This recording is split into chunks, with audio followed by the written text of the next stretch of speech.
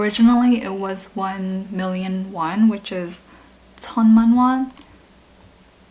No, man. It was 1000만. Yeah, 1000만 won. Hey everyone, it's Tiff. So a lot of people who watch my apartment tour video have reached out and asked me how I found my apartment, so I would like to share my semi-lengthy process with you guys and hopefully it'll help. And if you haven't watched my apartment tour video yet, please go check it out. I'll put it in the cards. So before I moved to Seoul, I was just like you guys. I was watching other YouTubers and looking at their apartment tour videos and seeing how they found their apartments, and many of them recommended Jikbang and Dabang. So these are websites and apps that are dedicated to apartment search in Korea, but of course they are all in Korean, so you do need to know a little bit of basic Korean just to navigate the website. Don't worry, I am not sponsored by these websites, not even at that level yet, but I just wanted to show you guys how to navigate it a little bit and hopefully it'll help. So at first when I was still living in America, I was using both Jikbang and Dabang, and I was just looking at the listings and seeing what's available out there for my price range. And essentially I was just looking for officetels, which are studio apartments for people to either use it for business or living, and I think most people just live here. First I'll show you guys how Jikbang works. You can go to the pull down menu where it says Opistel and click in here, and there's a map with a few listings already. So if you go to the side, it'll say 보증금, which is the deposit, and you can put in your budget, your price range. So at first my price range for the deposit was 1 million, which is 1000만 won, so this one. And then 월세, which is your monthly, is whatever you want, but mine was 60만 won. So put that in, and I'll just pull the map around to where I want my apartment to be. And like I said, I want it to be near my school. So I study at Sogang right now. So I did look around Sogang first. There are some listings available, but if I look at the pictures, honestly, I'm not very fond of how it looks already just from the first picture. So I'm just gonna keep pulling around. At first I didn't mind living further away, so I did look in the DMC area. And the apartments in this area actually is very modern because a lot of business people work in the DMC area. So I'm sure they try to keep it more of a young working adult type. Let's just look in one of them. You can see pictures in here. So for me, I personally don't prefer wet baths like the Korean style bathrooms where the shower is either connected to the sink or the shower is just going to make the entire bathroom wet. So I do make sure to look at the picture of the bathroom and make sure there's some sort of partition or a door. It is very rare, but I do my best to filter. Oh, there is a partition. You can also contact a person here. I actually didn't use these websites to contact the real estate agents. I honestly just looked at the pictures and the listings to see what's available in each area. In each building, all the apartment units are the exact same. If you look at one listing, it'll probably be the same as the rest of the other listings for that building. It's really just dependent on what floor it is and the price range you're looking for. Of course, the higher the floor, usually it is more expensive, so you do have to look at that. And let's see, this one, it says high floor. So whatever high floor means for this building, you do have to go to the Pudongsan and go with them to look physically. And I do recommend that because pictures usually are just stock photos. They might have taken that when they first started leasing the units, and if people have already lived in that unit, it could have changed already or just a little bit different. So you do have to go look at the different units to see and make sure it matches what you want. With Dabang, it's pretty much the same. So let me show you guys here as well. You can scroll down and see there is Opistel. So right on the top here, honestly, I don't know what some of that means. Like I said, my Korean is not that good. So all I did was do the filter for my deposit, so 0 to 1000만 won, my monthly, which is 0 to 60만 won, which is 600,000. And if you do have other filters you want, you can filter it here, like This one says parking. This is for pets, how big it is, what floor the apartment is located. And you can just zoom in, see the area, and see what's available.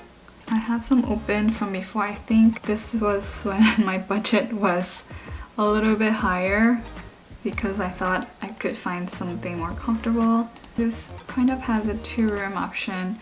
Not a lot of pictures, but it does tell you what floor it's on. It's on the 10th floor. And then it tells you the maintenance fee for each month, which is about $100. And there's parking available, and it'll tell you what amenities are in this apartment. You can also get the information of the 부동산, the real estate agent, right here as well. I think Tabang is a little more intuitive because it can tell you what is in the area. So at this building, there's a convenience store on the bottom, and then there are banks. Personally, I did prefer Tabang. So when I got to Seoul, my friend did tell me that Tabang is better than Jikbang, so I did start using the app. So here's the Tabang app. Again, it's all in Korean, so you kind of have to fumble around with it if you don't know Korean. First, I looked at the map, which is the one right here, 지도. I put in some filters so you can look right here. The first one says 1 room, and then there's 2 room, then it's officetel, so I've highlighted officetel only in the blue. And the next one, it asks what kind of budget. So the first one is 월세, which is again the big deposit plus a monthly rent, and then 전세, which is usually even bigger deposit and you don't have to pay a monthly rent. So it's really for people who have a big chunk of money. You can set your 보증금, again that's your deposit. So I did set it to 1,000만 원, and then the 월세 you can set to 600,000, 60만 원. And I didn't set anything else just because I wanted to find whatever was available. So again, just zoom in to the area you want to be and see what's available. This one is 월세, so this one nice and modern, and just make sure it fits your liking and the budget. It's on the 8th floor, and you can just look down here for more information. Oh look, it says English available as well, so definitely useful. So you can see the information of the 부동산. Sometimes it'll have a picture of the person. So for me, I actually remember seeing that picture on the app, and then when I got to the area to look for the apartment, I saw him sitting in his office and I went in, and it just so happened that his office door says English available, which was a huge plus for me because he did speak English pretty well. Yeah, it definitely helped with the apartment search process. But if they don't speak English, try to bring a friend who speaks Korean to help translate. So with the real estate agent that I found, we went through the process of looking at the different units available and looking at my budget. And once we found one, we signed with the homeowner, and now I'm in this apartment. Here's a bonus story time for finding my apartment.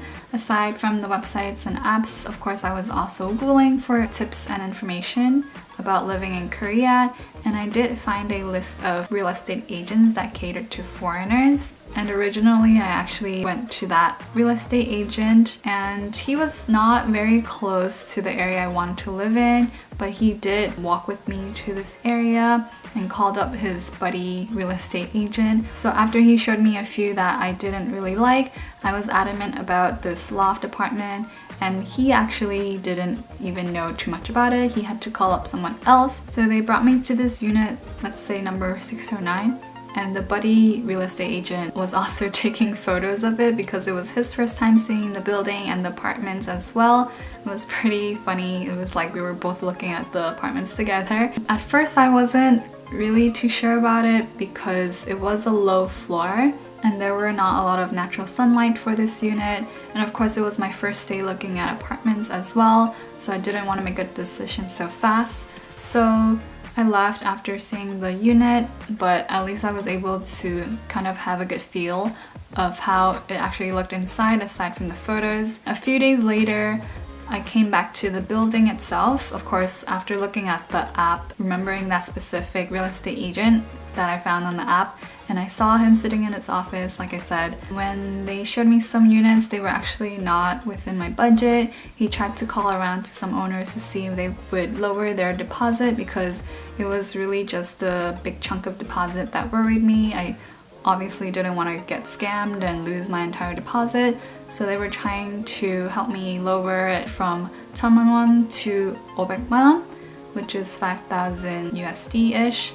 And a lot of them weren't willing to because they want the bigger deposit. Eventually, he told me that, oh, there is one homeowner sitting in my office right now and his apartments fit your budget, so maybe you can consider looking at his units, and then if you sign today, it would be convenient for everybody and I can try to ask him for a discount.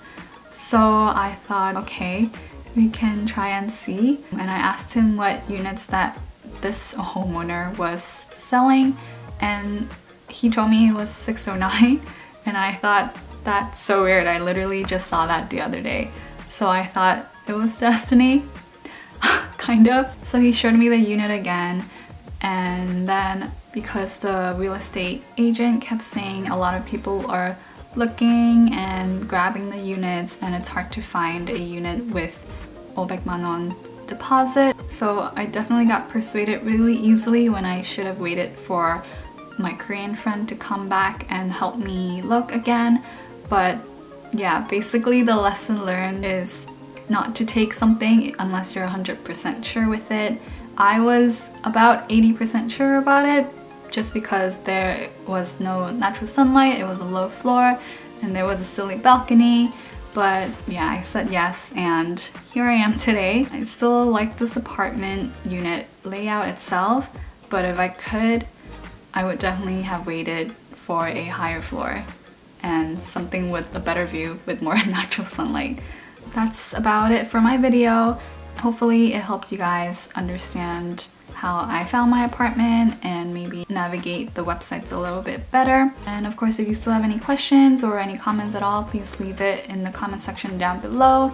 And remember to like and subscribe, and I'll see you in the next one. Bye!